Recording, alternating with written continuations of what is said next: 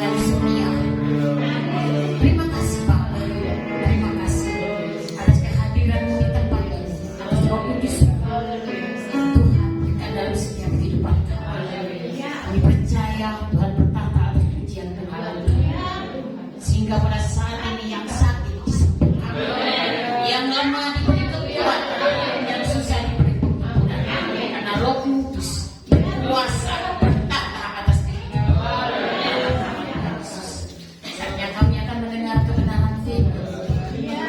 Berikan kepada kami hati dan telinga sehingga firman itu dapat tertanam di hati. Terima kasih Bapak, di dalam nama Tuhan Yesus Kristus kami ucap syukur dan berdoa. Haleluya. Katakan amin. Tuhan,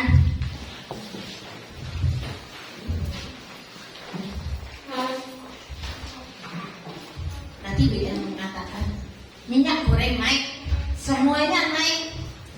Ya, mau hari raya semua naik. Sembako, telur, daging, semua naik. Minyak goreng, semua naik, tidak apa-apa. Yang penting Roh Kudus turun di tempat ini. Karena Roh Kudus turun di tempat ini, karena Roh Kudus turun di dalam setiap kehidupan kami, kecil semuanya naik. Pasti Tuhan yang mencukupkan semuanya. Luar biasa umat Tuhan di tempat ini. Minggu lalu, 2 minggu yang lalu ya kalau nggak salah ya, kita memperingati Jumat Agung, Paskah kebangkitan Tuhan Yesus. Dan saat ini kita juga akan beberapa minggu ke depan kita juga akan memperingati hari kenaikan Tuhan Yesus, hari Pentakosta, turunnya Roh Kudus. Ya. Kalau waktu zaman dulu di Perjanjian Lama, Roh Kudus itu hanya milik seorang nabi, seorang raja, seorang imam. Roh Kudus menyertai umat Tuhan, Musa ya. Tapi sekarang ini Roh Kudus perjanjian kasih karunia ini ya, dengan Tuhan Yesus turun ke dunia. Roh Kudus ini bukan hanya milik nabi, bukan hanya milik raja, bukan hanya milik imam, tapi Roh Kudus adalah milik kita semua. Roh Kudus tinggal di dalam hati kita semua. Ya, orang yang percaya kepada Tuhan Yesus punya Roh Kudus dalam hidup kita. Yohanes 14 ayat 15-16 dikatakan, jikalau kamu mengasihi aku, kamu akan menuruti segala perintahku. 16, aku akan meminta kepada Bapa dan Ia akan memberikan kepadamu seorang penolong yang lain, supaya Ia menyertai kamu selama-lamanya. Seorang penolong yang lain. Yohanes 14 ini adalah latar belakang dari pasal ini adalah pasal ini adalah percakapan Yesus dengan murid-muridnya, di mana Yesus itu tahu apa yang akan terjadi. Jadi sebelum Tuhan Yesus disalib, jadi Yesus bercakap-cakap dengan muridnya. Yesus tahu apa yang akan terjadi, dan Yesus juga tahu bahwa salah satu dari muridnya akan berkhianat, yang menyerahkan Yesus ini. Terus juga Yesus tahu bahwa saat Yesus ditangkap ini pasti iman dari murid-muridnya ini akan tergoncang, karena Yesus sekalipun di dunia sebagai manusia sejati, tapi dia tahu, dia terus berhubungan, connect terus dengan Allah Bapa. Jadi dia tahu apa yang akan terjadi. Jadi percakapan Yesus dengan murid-muridnya ini, Yesus berkata, jikalau kamu mengasihi aku, kamu akan menuruti segala perintahku. Aku akan meminta kepada Bapa dan Ia akan memberikan kepadamu seorang penolong yang lain, supaya Ia menyertai kamu selama-lamanya. Perikop dari ini adalah Tuhan Yesus menjadikan seorang penghibur ya. Yesus tahu bagaimana keadaan muridnya ketika ketika Yesus ditangkap nanti, dan dia berjanji kepada murid-muridnya akan memberikan seorang penghibur. Ayat 15 ini berbicara tentang ketaatan. Sebagai orang yang percaya, kita dituntut taat dalam kehidupan kita. Taat artinya senantiasa tunduk pada perintah Allah, tunduk pada firman Tuhan. Kita bisa taat kalau di dalam kehidupan kita adalah ada kasih Tuhan.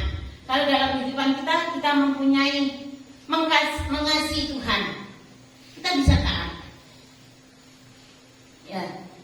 Dan ayat 16 dikatakan, aku akan meminta kepada Bapa dan ia akan memberikan kepadamu seorang penolong yang lain supaya ia menyertai kamu selama-lamanya. Beberapa minggu ke depan kita akan memperingati hari Pentakosta, yaitu turunnya Roh Kudus. Jadi setiap orang yang percaya kepada Tuhan, Roh Kudus itu mempunyai peranan yang penting dalam setiap kehidupan kita. Roh Kudus adalah roh penolong dalam setiap kehidupan kita. Ayat 16 dikatakan bahwa Yesus akan memberikan seorang penolong yang lain, yaitu Roh Kudus. Jadi apa yang Tuhan janjikan pada orang percaya atau kepada murid-murid Tuhan, seorang penolong, karena Tuhan Yesus tahu kebutuhan murid-muridnya, apa yang murid-muridnya akan butuhkan dalam setiap kehidupannya. Oleh sebab itu waktu imannya tergoncang karena melihat Tuhan Yesus. Kenapa dia tergoncang imannya? Karena dia sudah menganggap bahwa Yesus ini adalah seorang raja Israel yang menyelamatkan bangsa Israel. Tapi kok tahu-tahu kok ditangkap ya? Muridnya itu mungkin dulu kok ditangkap. Jadi iman murid-muridnya saat itu tergoncang. Tapi Tuhan memberikan kepada muridnya, bilang kepada murid-muridnya adalah Tuhan akan memberi seorang penolong yang dapat menolong keadaan murid-muridnya. Dalam kehidupan kita perlu Roh Kudus juga ada dalam setiap kehidupan kita. Karena kita tidak akan bisa menjalani kehidupan ini dengan kekuatan kita sendiri. Saat ada goncangan-goncangan kehidupan dalam setiap kehidupan kita, iman kita tergoncang karena berbagai masalah di dalam kehidupan kita. Tapi kita punya Roh Kudus yang akan menolong kita, yang akan memberi kekuatan kita, yang akan membangkitkan iman kita. Pentingnya orang percaya itu dipenuhi oleh Roh Kudus. Amin. Dalam setiap kehidupan kita. Roh Kudus selalu, kalau zaman kasih karunia, Roh Kudus itu tinggal di dalam kehidupan kita, tinggal di hati kita. Kita sangat bangga punya Allah seperti Tuhan Yesus. Allah yang begitu besar, tapi bisa menjadi kecil masuk di dalam hati kita, yaitu Roh Kudus. Pentingnya dalam kehidupan kita dipenuhi oleh Roh Kudus. Karena Roh Kudus itu adalah yang menolong kita, yang mengingatkan kita dari segala hal-hal yang tidak baik. Ketika Roh Kudus itu diam tinggal di dalam setiap kehidupan kita, ketika Roh Kudus itu selalu kita pelihara supaya terus Roh Kudus itu, karena Roh Kudus itu memang tidak bisa mati, tapi Roh Kudus itu bisa padam. Ya, Roh Kudus itu bisa padam.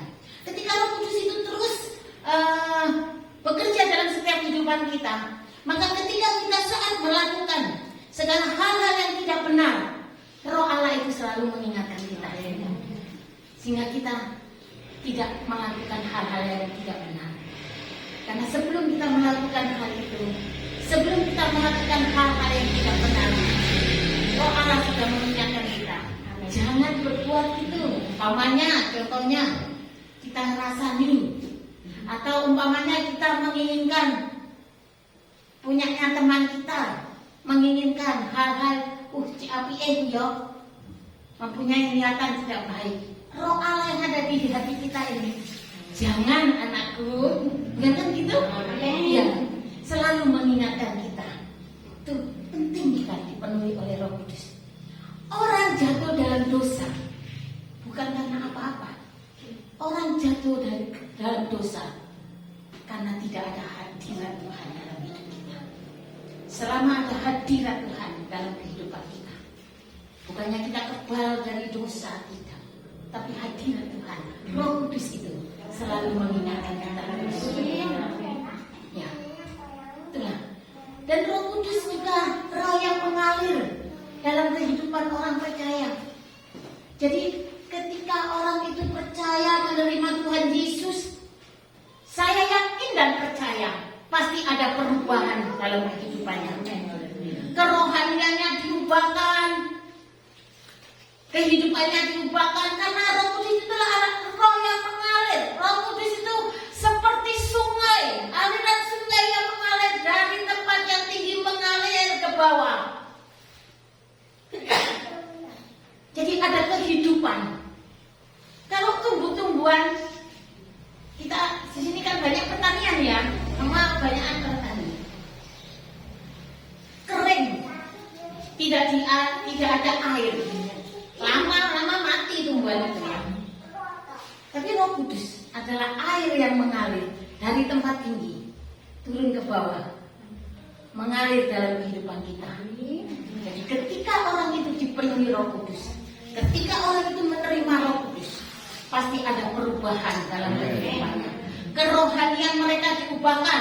Kalau di dalam kehidupan mereka mengatakan, aku sudah penuh Roh Kudus, aku punya Roh Kudus dalam kehidupanku, Roh Kudus sudah memenuhi aku, tapi kerohaniannya tidak berubah, kerohaniannya tetap begitu saja. Roh Kudusnya memang ada, tapi perlu diragukan. Kekristenannya itu kekristenan macam apa? Kekristenan apa yang sesungguhnya, atau kekristenan hanya agamawi saja? Kalau kekristenan agamawi aja, ya begitu saja, tidak ada perubahan, tidak ada greget kepada Tuhan Yesus. Ketika Roh Kudus itu memenuhi kehidupan kita, kita akan semakin setia melayani pekerjaan Tuhan. Kita akan semakin setia mengiring Tuhan. Kita akan semakin setia dalam melakukan apa yang Tuhan perintahkan, yang Tuhan berikan dalam kehidupan kita. Yang Tuhan inginkan dalam setiap kehidupan kita adalah taat kepada Tuhan, setia kepada Tuhan. Murid-murid Tuhan Yesus, waktu Tuhan Yesus naik ke surga, 120 orang di rombongannya. Tuhan katakan, jangan gak boleh pergi kemana-mana, suruh tinggal tetap di Yerusalem sampai Roh Kudus dicurahkan. Apakah Tuhan Yesus ngomong, minggu depan Roh Kudus tak curahkan, 10 hari Roh Kudus tak curahkan, atau 1 bulan Roh Kudus tak curahkan? Tidak. Gak tahu murid-muridnya kapan Roh Kudus itu mau dicurahkan. 1 bulan, atau 2 bulan, atau mungkin 1 minggu, atau 2 tahun, 3 tahun, gak tahu. Murid-muridnya Tuhan hanya berpesan, jangan pergi kemana-mana, tinggal tetap di Yerusalem sampai Roh Kudus aku curahkan, Roh Kudus turun atas kehidupanmu. Murid-muridnya setia tetap menantikan janji Tuhan. Murid-muridnya tidak tahu kapan Roh Kudus dicurahkan, tapi sebagai orang yang percaya kepada Tuhan, dia tahu persis bahwa Tuhan yang dia sembah, Tuhan yang berjanji, Tuhan yang tidak akan bisa mengingkari perjanjiannya. Tuhan yang dia sembah, Tuhan yang tidak akan pernah lupa akan janji-janjinya. Oleh sebab itu murid-muridnya tetap setia menantikan janji Tuhan. Itu adalah juga yang disebut dengan kesabaran. Sabar itu bukan karena tidak pernah ngamuk, tidak pernah marah, atau tidak pernah tidak pernah marah, tidak pernah ngamuk, itu ya bukan hanya sekedar itu sabar itu. Bukan hanya sebatas itu maksudnya. Bukan hanya sebatas itu. Tapi sabar yang sesungguhnya adalah menantikan janji Tuhan. Karena Tuhan tidak pernah ngomong aku besok akan memberkati kamu, aku besok akan membuat kamu kepengen mamanya, kepengen rumah, kepingin mobil, oh besok kamu tak kasih mobil, besok jam segini hari ini. Ya memang mungkin ada yang seperti itu yang akan dapat kasih karunia Tuhan. Tapi Tuhan yang jelaskan tidak pernah berjanji kapan Roh Kudus itu dicurahkan dalam kehidupan murid-muridnya. Tapi murid-muridnya tetap setia, sabar menantikan janji Tuhan. Dan peranan Roh Kudus dalam kehidupan kita adalah sebagai penolong dalam kehidupan kita.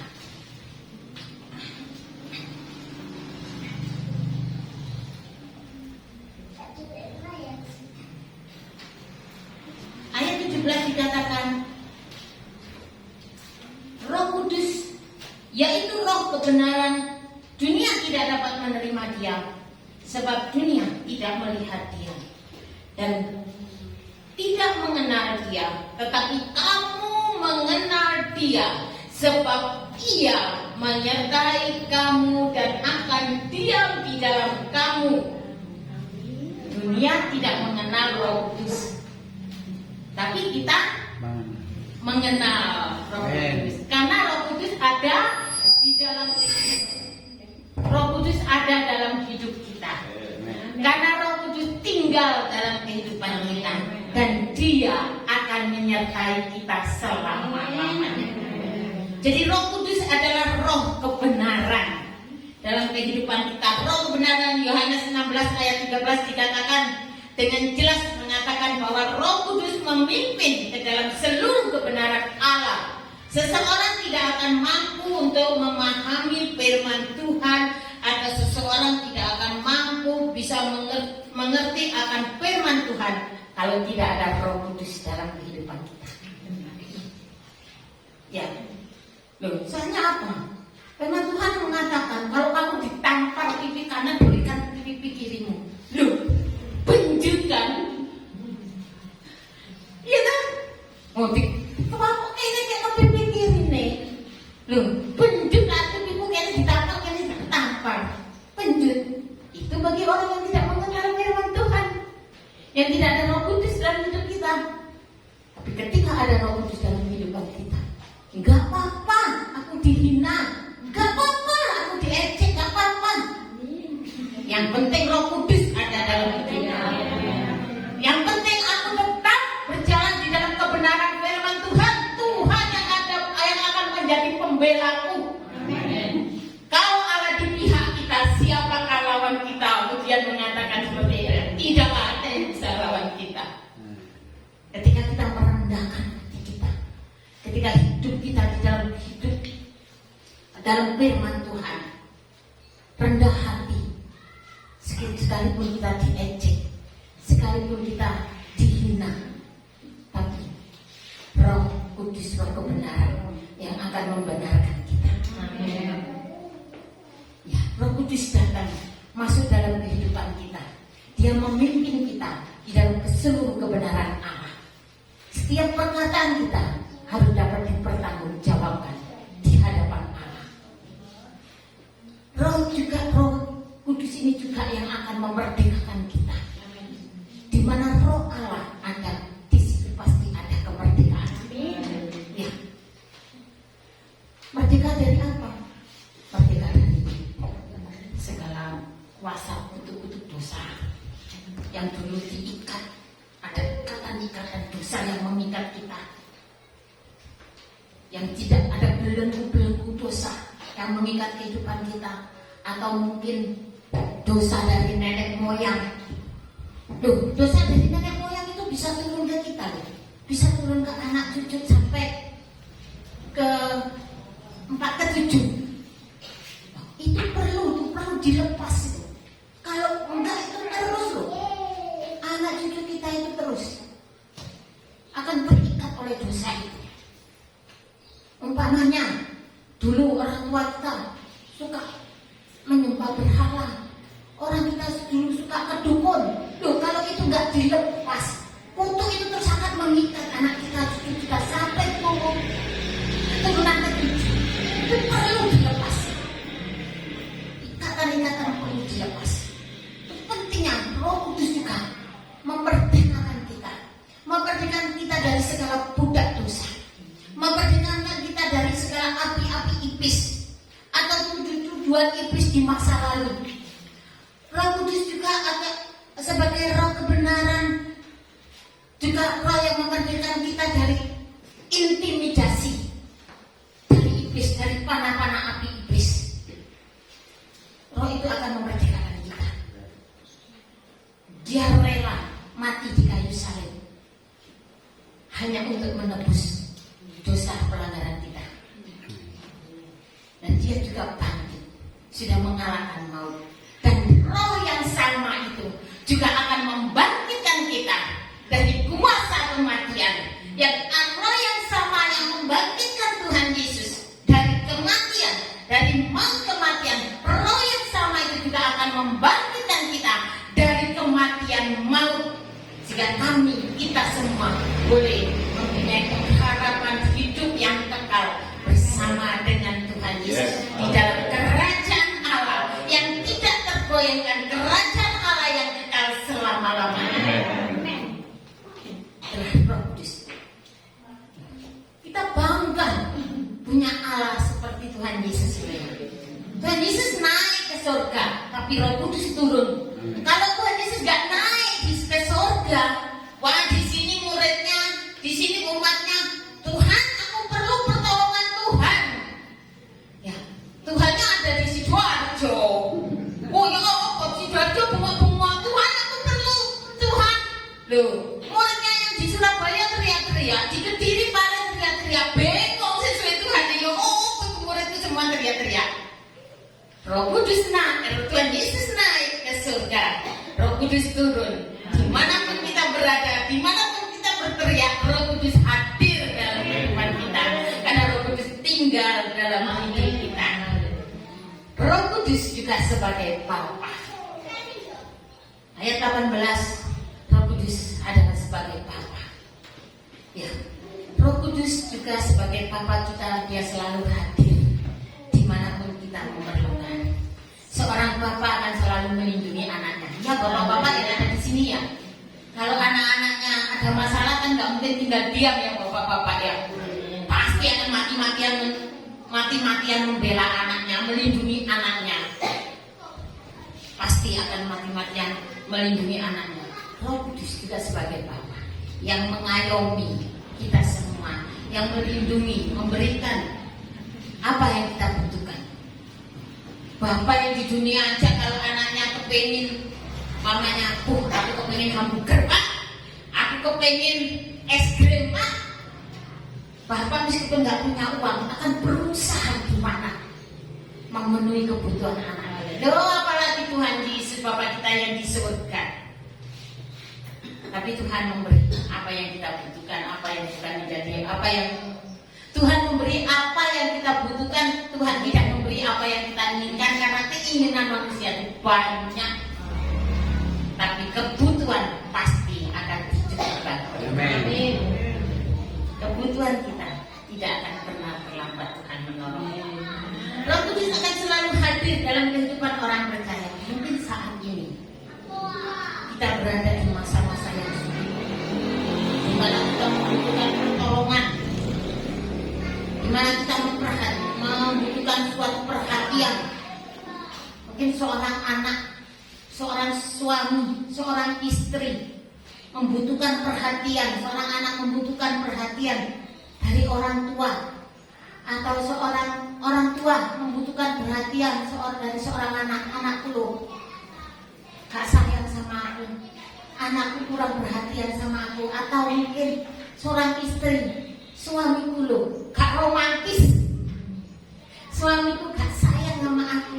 Atau mungkin seorang suami mengatakan, suamiku lo cerewet, istriku lo cerewet. Saya ngomong begitu karena kebiasaan wanita itu seperti itu. Istriku lo cerewet, istriku kurang perhatian. Gak perlu kecewa, karena ada Bapa yang tidak pernah meninggalkan kita, yang selalu memperhatikan kehidupan kita. Ya, Bapa kita, Bapa yang selalu mengayomi kita, melindungi kita, memberikan perhatiannya kepada kita. Dia tidak akan pernah meninggalkan kita. Dia tidak pernah terlelap tidur untuk menjaga kita. dia selalu pandangannya selalu diarahkan kepada kita. Ya, Roh Kudus, peranan Roh Kudus dalam kehidupan kita adalah seorang penolong, Roh kebenaran yang memimpin kita di dalam kebenaran firman Allah. Roh Kudus juga sebagai Bapa yang mengayomi kita, yang menolong kita, dia menuntun kita ke jalan yang benar. Dia juga memerdekakan kita dari segala budak dosa. Kita bahkan dijadikan pemenang, bahkan lebih daripada pemenang. Dia juga menebus kita dari segala dosa-dosa kutuk kita. Dia akan selalu dia akan selalu ada di mana kita berada. Masih banyak lagi peranan Roh Kudus dalam kehidupan orang percaya. Roh Kudus juga untuk mempersiapkan kita sebagai mempelai Kristus. Ya, kalau kita baca di Matius 25 ayat 1 sampai 12 tidak usah dibaca ya. Nanti waktunya enggak. Soalnya biasanya sejak ada pandemi itu waktu dibaca 1,5 jam, enggak tahu kalau di sini. Matius 25 ayat 1 sampai 12 itu perumpamaan tentang 10 gadis ya. 5 gadis bijak, 5 gadis bodoh. Yang 5 gadis bijak, dulu itu saya senang kalau waktu sekolah minggu itu ya. Kalau ada drama ini, saya tidak mau jadi gadis yang bodoh yang tidak punya minyak, saya nggak mau. Pokoknya saya kalau dijadikan, saya disuruh jadi orang sakit kusta, apa itu saya nggak mau, nggak mau, aku nggak ikut drama. Saya bilang kalau disuruh jadi ini juga 5 gadis bodoh yang tidak punya minyak, saya juga bilang nggak mau, lebih baik aku nggak ikut drama, nggak apa-apa. Saya mau jadi 5 gadis yang bijak, saya mau baru ikut drama. 5 gadis bijak membawa persediaan minyak, 5 gadis bodoh tidak membawa persediaan minyak. Begitu mempelai datang, yang 5 gadis bodoh pelitanya padam, mati. Mempelai datang tidak bisa masuk, tidak bisa ikut. Dia bilang sama temannya, minta minyak. Temannya bilang, enggak, nanti minyakku nggak cukup, kamu pergi aja beli minyak. Yang 5 duta bijak bawa minyak, lampunya mau padam, kasih minyak. Akhirnya dia bisa masuk ikut perjamuan kawin anak domba. Minyak melambangkan Roh Kudus. Itu sebabnya Roh Kudus dalam kehidupan kita harus kita hidupi terus. Harus ada minyak itu hati ini ada, supaya sewaktu waktu Tuhan datang, mempelai laki-laki datang, minyak kita tetap menyala. Kita masuk di dalam perjamuan domba, anak domba, karena Roh Kudus terus menyala dalam kehidupan kita. Jadi Roh Kudus juga akan mempersiapkan kita menyambut mempelai. Kita sebagai mempelai laki-laki. Yohanes membaptis kita dengan air, tapi Tuhan membaptis kita dengan Roh Kudus. Yohanes membaptis kita dengan air supaya kita menjadi orang baik, tapi Tuhan memanggil kita bukan hanya sekedar menjadi orang baik, tapi Tuhan memanggil kita untuk menjadi mempelai Kristus. Kerajaan surga sudah disediakan bagi Tuhan untuk kita semua yang percaya kepadanya. Bagaimana supaya kita dipenuhi oleh Roh Kudus? Supaya Roh Kudus itu terus di dalam kehidupan kita itu menyala-nyala, apinya itu tidak padam. Roh Kudus itu bisa padam, bisa. Ya, kalau kita tidak berdoa, ada hal yang salah, terus mari gitu, dan wis gak apa-apa, kalau wong delok ae kok, gak ngomong gak ketok, gak ono sapa-sapa lho. Roh Kudus tapi kelihatan, Roh Kudus tahu. Masalah kalau gitu kita gitu terus lama-lama gak peka lagi akan suara Roh Kudus, tumpul padam Roh Kudus itu. Kita harus mengenal siapa yang membaptis kita, yaitu Roh Kudus. Ya. Baptisan Roh Kudus, tanda dari salah satu baptisan Roh Kudus adalah orang itu bisa berbahasa roh. belum bisa berbahasa roh? Banyak. Penting sekali loh kita bisa berbahasa roh. Karena apa? Roh Kudus itu di bahasa Yunani adalah parakletos ya. Parakletos itu artinya suatu pribadi, ya. Itu sebagai pendoa syafaat. Roh Kudus itu sebagai pendoa syafaat. Roh Kudus itu juga misi. Waktu Tuhan Yesus menantikan Roh Kudus, ya, Roh Kudus dicurahkan. Loh, apa yang murid-murid dan Yesus lakukan? Penginjilan. Roh Kudus itu misi. Roh misi. Pendoa syafaat. Terus sahabat kita, Roh Kudus itu. Terus partner itu apa ya? Konco. Iya, konco. Partner itu konco. Roh Kudus itu partner kita, sahabat kita, pendoa syafaat, roh misi. Loh, bagaimana? Dan murid-murid Tuhan Yesus itu, Tuhan Yesus ketika dia mengatakan bahwa murid-muridnya harus tinggal di Yerusalem sampai Roh Kudus itu dicurahkan. Lah, waktu Roh Kudus dicurahkan itu murid-murid 120 orang itu berbahasa lidah, bahasa asing, bahasa lidah. Itu penting bagi kita untuk menerima baptisan Roh Kudus. Loh, saya itu kalau ya kita itu akan berdoa namanya 1 jam. Kalau kita ngomong biasa ini, Tuhan aku sembah Engkau, Tuhan Engkau mulia, Engkau layak ditinggalkan selama 1 jam. Apa kayak bulat itu kemarin kalau sesuai kok wis rasane kok ya wis suwe ya. Wis gak ono wis kata-katane wis metu kabeh. Apa maneh yo lampu perkatakan. Nah, 1 jam loh seperti itu. Tapi kalau kita bisa berbahasa roh, 1 jam itu enggak kerosok. Amin. Loh, iya loh, sungguhan loh. Saya tuh kalau doa bahasa roh terus itu 1 jam. Sekalipun saya mendoakan teman-teman yang memang dia minta kepada saya, Bu tolong doakan ini, terus saudara tolong doakan saya berbahasa roh. Hati saya panggil ini Tuhan, ini mempunyai pergumulan seperti ini, tapi saya berbahasa roh. Kalau waktunya saya berbahasa seperti Indonesia, bahasa seperti ini ya kan, saya berbahasa ini, tapi terus saya berbahasa roh. Kalau kita bisa berbahasa roh, 1 jam gak terasa. Coba kalau gak percaya. Amin. Kalau saudara-saudara mau, setelah ibadah bisa, saudara-saudara. Sini banyak hamba-hamba Tuhan. Memang Roh Kudus itu bisa, memang langsung gitu ya bisa. Dulu pertama saya menerima baptisan Roh Kudus, saya ikut ibadah. Waktu itu gembala saya namanya Kak Yeremia Rim. Tidak tahu saudara-saudara tahu apa enggak? Kak Yer saya itu jemaatnya Kak Yeremia. Yeremia itu bilang gini, Kak Yer itu bilang gini. Siapa yang belum menerima baptisan Roh Kudus?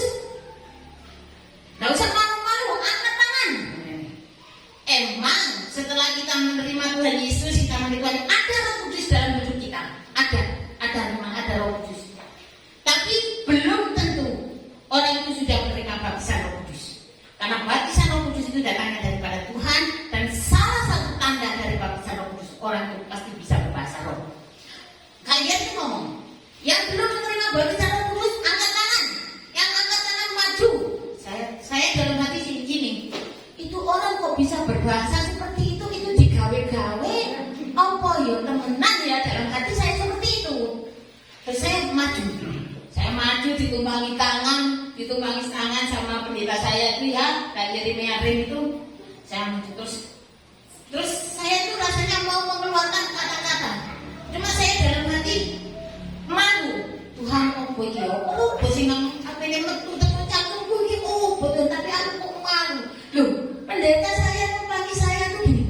Jangan ditahan, keluarkan. Saya gini. Loh, kok kero? Saya gini. Loh, kok tahu yo?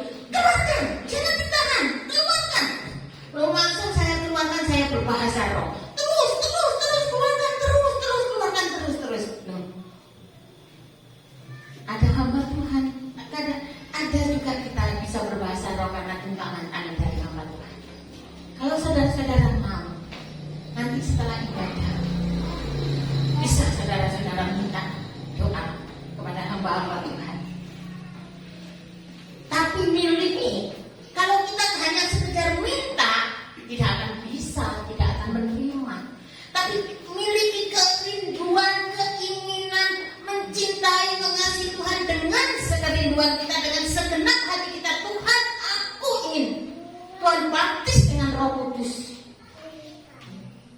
maka Tuhan akan memberi. Karena apa yang kamu minta, Tuhan akan memberi.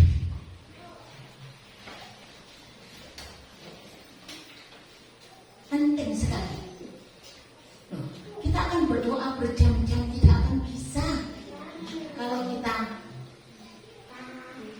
mungkin kalau kita berdoa 1 jam, 2 jam gitu, wah, cuma pakai bahasa-bahasa begini aja, kehabisan kata-kata lama-lama. Saya pernah ikut pasda ini Pak Parjito ini pendoa, ada kelompok pasda. Terus di rumah saya itu juga setiap Sabtu ketiga itu ada persekutuan doa, hanya doa aja. Loh, saya kalau ikut pasda itu 2 jam lebih loh. Bahkan bisa sampai 3 jam seharian. Kalau hari Sabtu ya Bu ya, dari pagi sampai sore. Di rumah saya itu juga doa 2 jam. Loh, sekarang opo ayo 3 jam doa, opo sing ape diomong entek kata-katane. Tapi kalau kita bahasa roh, memang kita nggak ngerti, tapi Roh Kudus ngerti. Roh Allah mengerti apa yang kita katakan itu. Allah itu adalah roh. Kita juga perlu berdoa di dalam roh. Punya kerinduan yang dalam untuk dipenuhi Roh Kudus, haus dan lapar, maka kita akan menerima. Cornelius dipenuhi Roh Kudus karena mempunyai kerinduan yang sangat dalam untuk mendengar firman Tuhan. Tuhan bilang, kalau orang tidak dilahirkan lagi, maka dia tidak akan melihat, tidak akan bisa masuk di dalam kerajaan surga.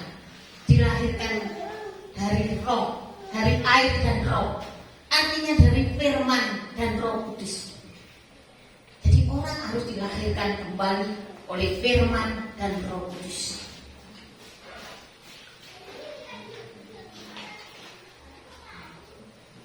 Masih banyak lagi tanda-tanda yang sebagai peranan Roh Kudus dalam kehidupan kita itu juga masih banyak lagi.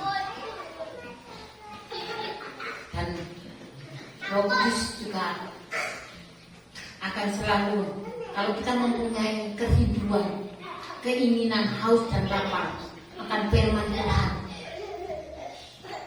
akan baptisan Roh Kudus dalam kehidupan kita, maka Tuhan pasti memberikan itu semua.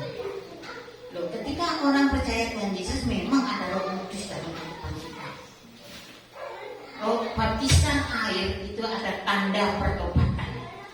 Ya. Kelahiran baru memberikan seseorang kehidupan kekal. Tanda pertobatan. Kalau kita mengerjakan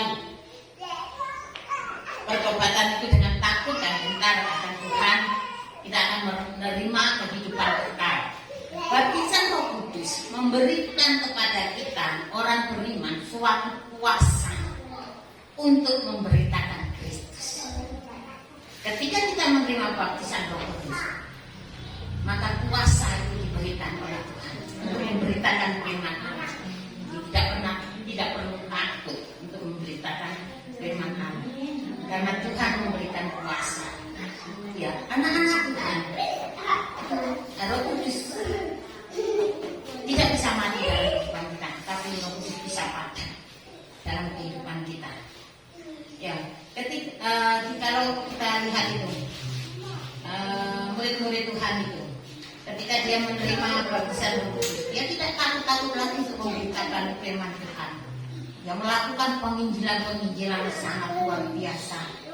Jemaat-jemaat di Efesus sebelum dia menerima baptisan Roh Kudus ya biasa-biasa aja, tapi begitu dia menerima baptisan Roh Kudus, wah, penginjilannya sangat luar biasa. Penting bagi umat Tuhan untuk menerima baptisan Roh Kudus dalam kehidupan kita. Kisah 1 ayat 8 dikatakan, tetapi kamu akan menerima kuasa kalau Roh Kudus turun atas kamu. Kuasa untuk memberitakan Injil. Di sini nih ladang yang sangat subur ini untuk penginjilan. Amen.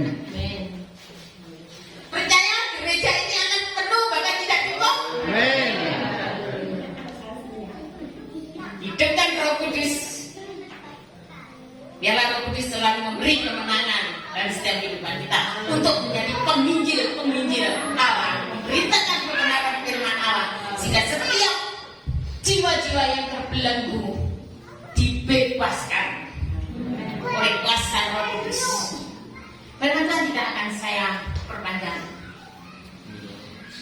Tapi kita berdoa. Kalau saudara-saudara rindu untuk menerima baptisan Roh Kudus, minta saat ini, minta Tuhan penuhi aku dengan Roh Kudus. Penuhi, baptis aku dengan Roh-Mu Tuhan. Minta dengan penuh kerinduan. Sangat rindu untuk dapat menerima baptisan Roh Kudus. Karena Roh Kudus itu adalah pendoa syafaat, sahabat yang tinggal dalam hidup kita. Penasehat. Jadi penasehat, Roh Kudus juga penasehat kita. Konco kita, partner kita. Ya. Teman ambil sahabat itu beda loh. Sahabat itu kalau sahabat itu selalu diceritakan. Ya. Sahabat itu selalu diceritakan. Tuhan adalah sahabat kita. Nah, apa yang akan Tuhan berbuat ke depan? Loh, kalau kita menjadi sahabat Tuhan sudah dibilangin sama Tuhan. Mari kita nyanyikan Allah Roh Kudus jamah hatiku.